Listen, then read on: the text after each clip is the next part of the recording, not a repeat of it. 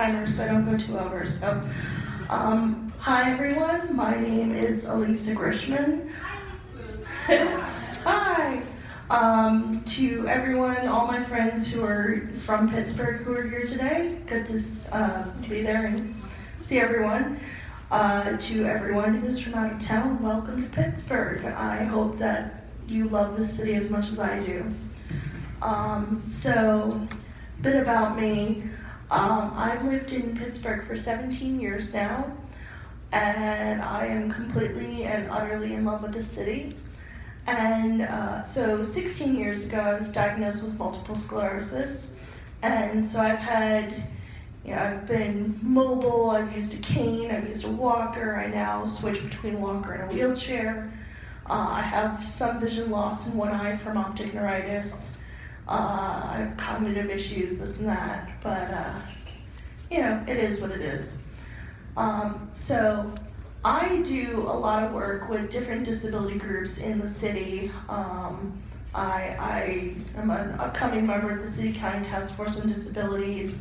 I serve on the board of directors of an accessibility nonprofit, and I just do all the things.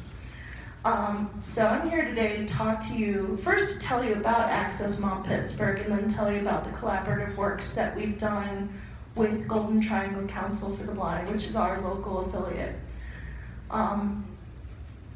So there is absolutely, completely, and utterly a time and a place for an angry protest and a lawsuit when it comes to getting change to happen and to make change and make things accessible.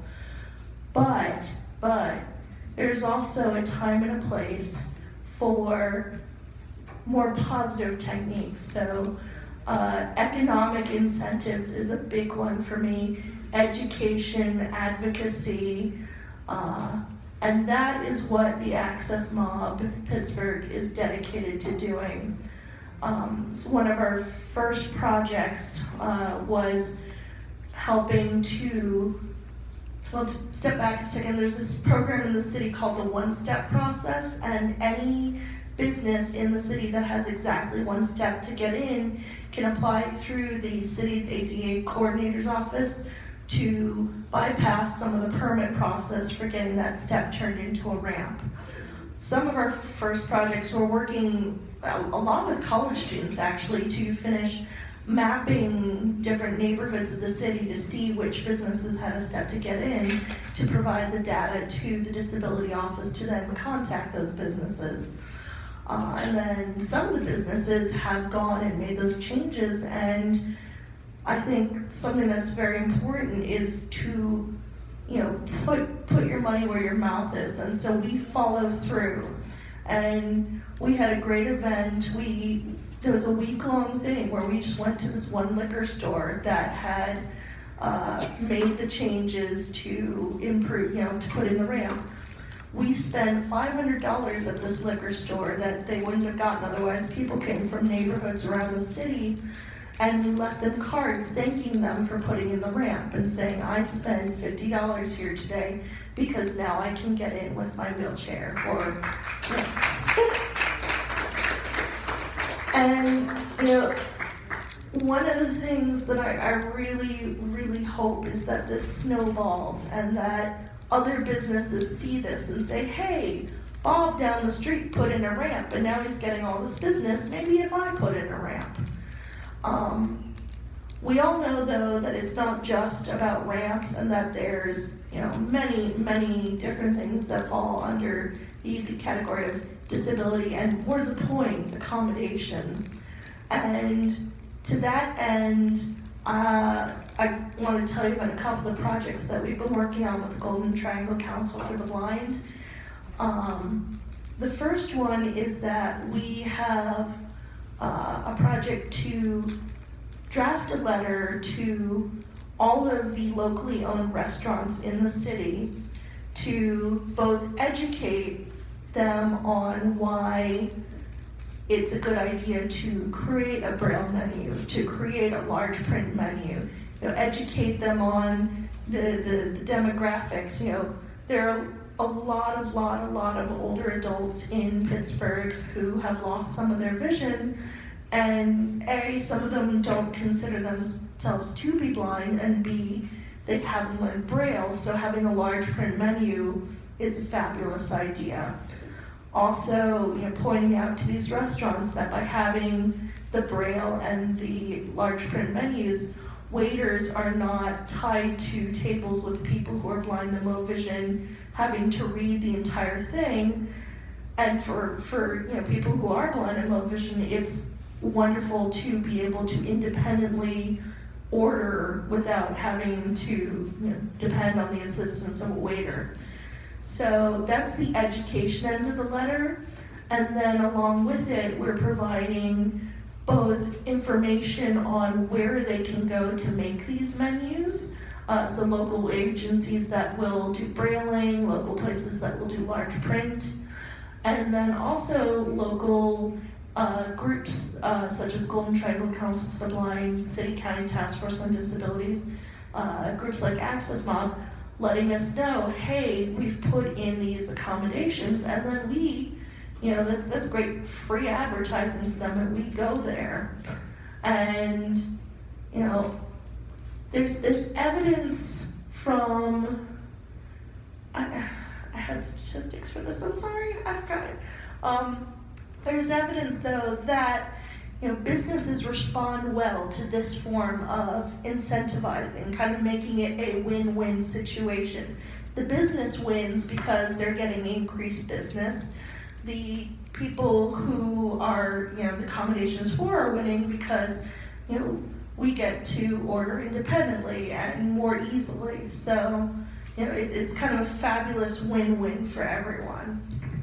Along those lines, our second project, which is slightly more ambitious, there's, my friend Jana was telling me about how when they go to the mall, it's a problem of figuring out what store you're in front of, because GPS things will kind of tell you you're in the general area of this, but it might not tell you specifically this is the Gap.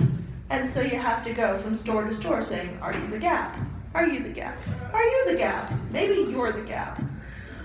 Some stores now have this Bluetooth beacon in it, which if you have a certain app on your phone, it will beam a coupon to you as you pass by. If you pass by Sears, it'll beam you the coupon saying, hey, 20% off t-shirts. And that both, gets you to go in and spend the money that you might not have gone into the store.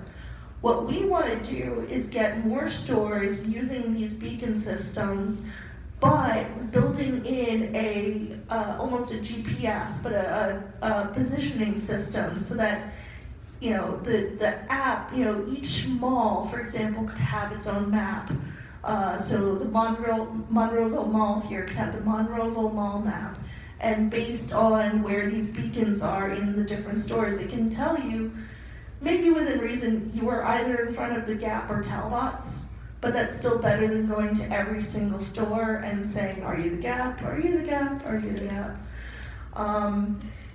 This is, again, this wonderful win-win of the stores get business. They might not have known about this beaconing system to begin with. They get all the extra business of people coming in to, the store with the coupon, and we win because, and I say we loosely, I am sighted, but, we as a whole disability community win because we can independently, figure out our lives, figure out how to get through the mall. So we want to run a pilot with that. There's a kind of a strip mall near here called South Hills Village, which is independently owned. So our hope is to pilot there eventually, but it is quite a process because, amongst other things, this technology doesn't really exist yet. There are similar things to it.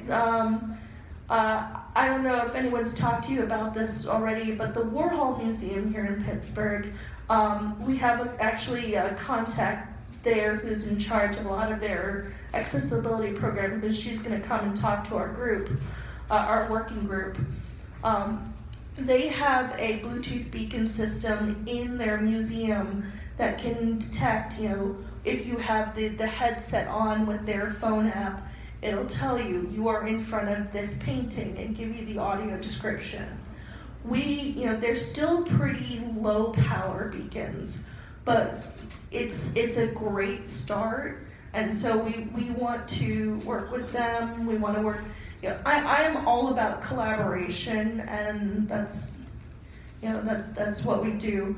We want to collaborate with the groups that do the Bluetooth beacon, because maybe they'd come up with an entirely different purpose for that beacon, and now we're giving them a second market that works for us.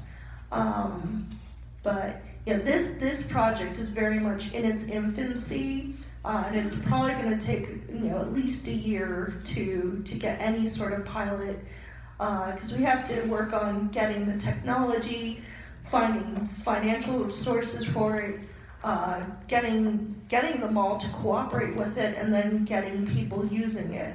But I really think that in the long run, this will be a wonderful option, I think, for anyone. I can't walk very far, and maps in the malls, for the maps, they're few and far between. I would love a positioning system that could tell me, hey, you are by this right now, but if you walk 30 feet forward, you'll get to your store, because then I can determine whether or not I want to do that walk. So it works for a variety of people, it works for a variety of disabilities, and just, I think it's something that's very necessary.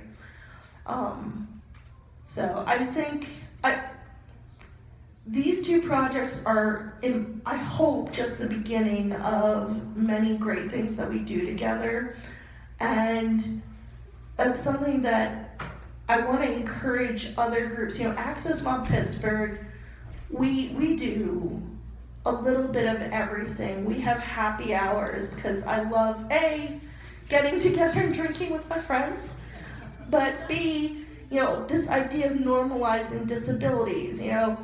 We're not some, taboo thing if we're just out there having a good time and partying at the next table over. So I love making us very visible. I love making us look as awesome as we really are. The other thing that we do is, on the education end, we run a bi-monthly lecture night. Our most recent topic was on the erasure of race and disability. Our next topic, I believe, is on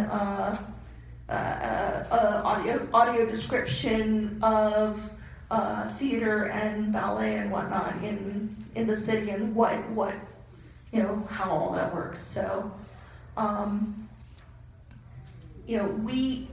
we work with so many groups, we work with so many agencies, and I want to encourage, along the lines of the wonderful talk that we just had on volunteering, other cities can create something. You can have an Access Mob Altoona, an Access Mob Philadelphia, and wherever you're from, make more of them, but getting people together to make positive change and kind of build on that positivity, because everyone kind of loves to hate a protest and loves to hate a lawsuit, and they're going to complain about that. But if you've got a group of people outside a store saying, holding up signs and chanting, "We want to spend our money here. We want to give you our business," nobody's going to complain about the fact that I'm there saying, "I want to spend my money." And in fact, businesses might actually see that and go, "Oh, hey, there's this whole economic entity that we have forgotten about. We should include them and get some more business." So, that to me is the ultimate way to make change. It has the bonuses of, I feel like such a pariah at times, because businesses will look at me and go, "Oh no, here's some cripple coming down the street. She's gonna sue us because we don't have this." And it's a flaw with the ADA that it is so lawsuit driven.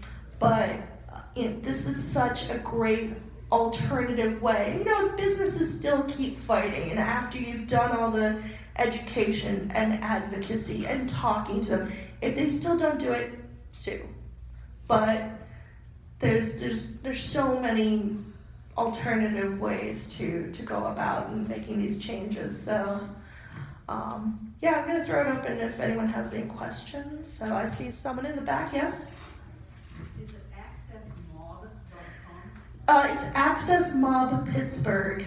So it's the mob comes from the is everyone here familiar with the concept of a flash mob? Yeah. So for those who aren't, the general idea of a flash mob is that a group of people suddenly come together, do something completely random, and disperse.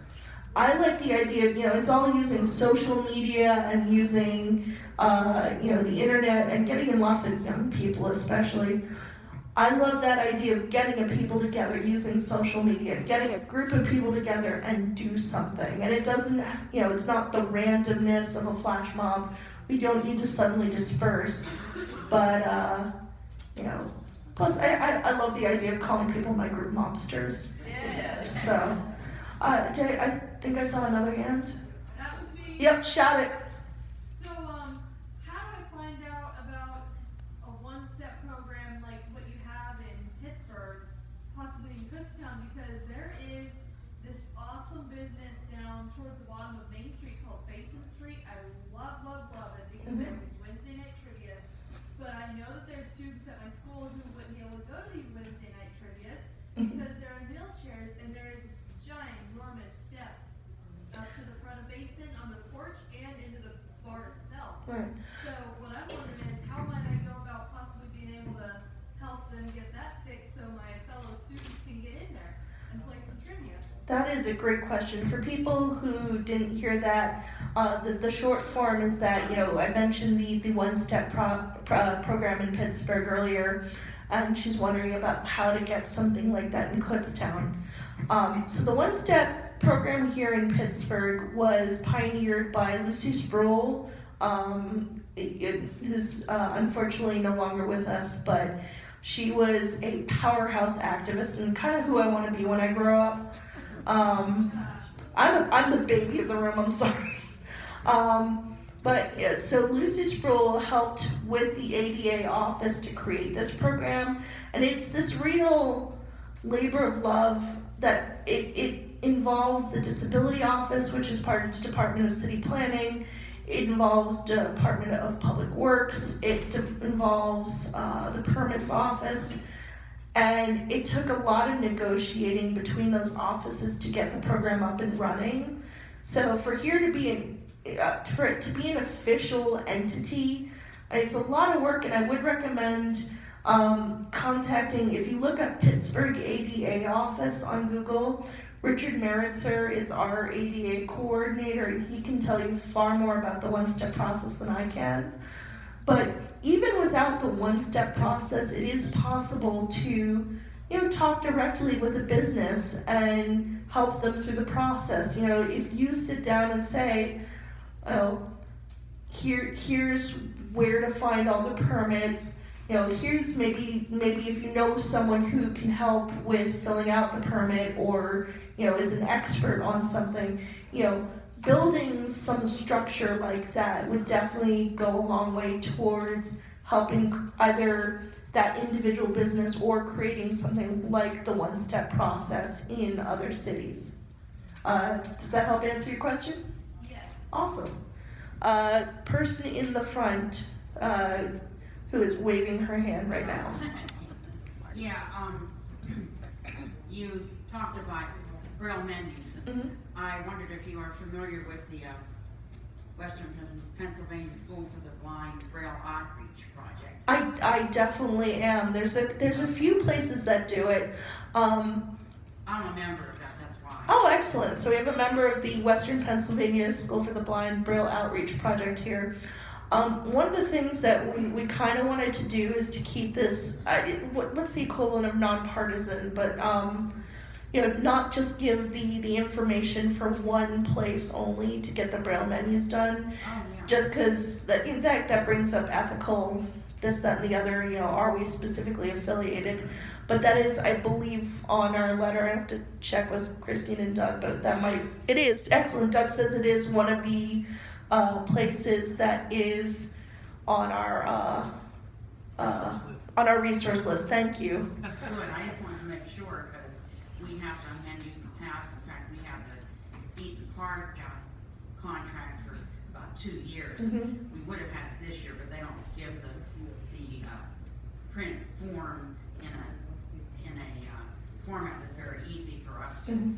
do, and the staff at the school said they didn't have the people to help us get it to where we could do it, but we're very familiar with menus. Excellent.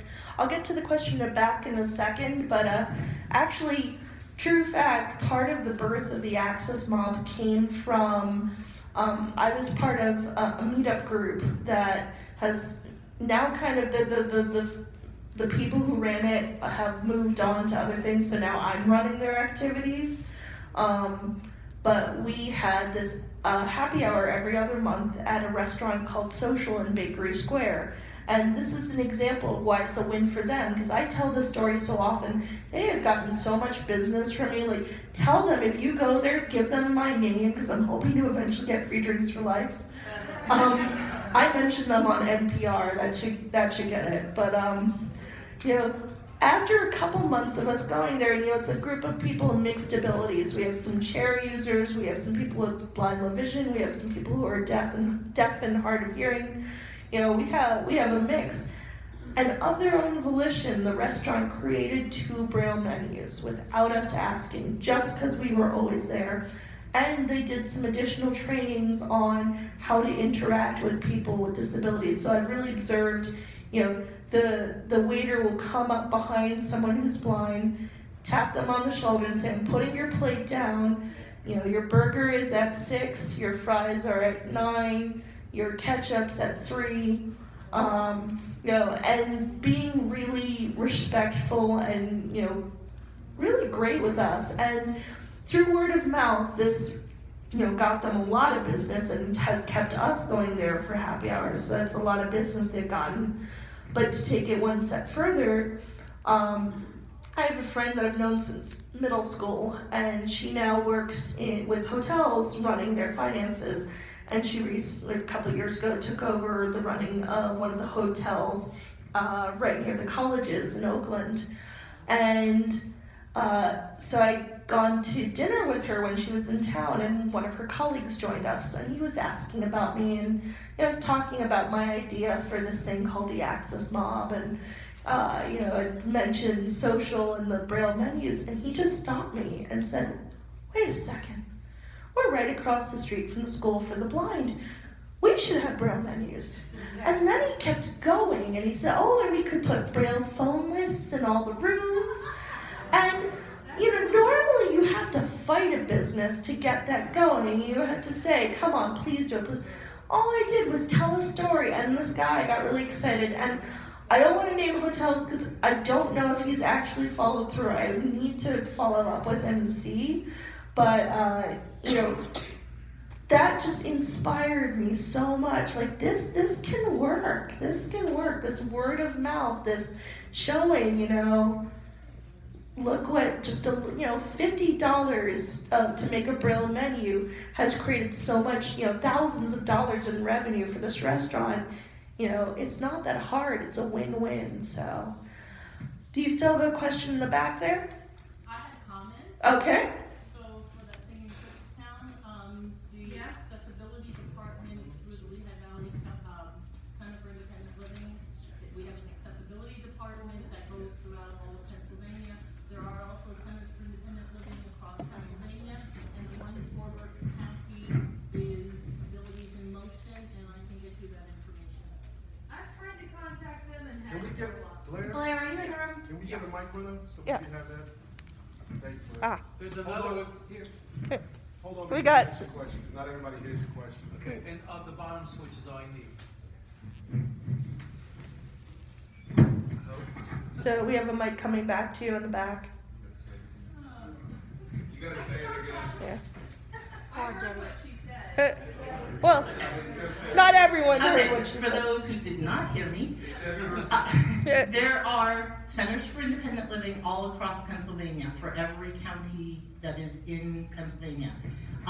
The one for her area is Abilities in Motion. However, Lehigh Valley Center for Independent Living has an accessibility department that goes all across Pennsylvania and does accessibility for different community services and private locations.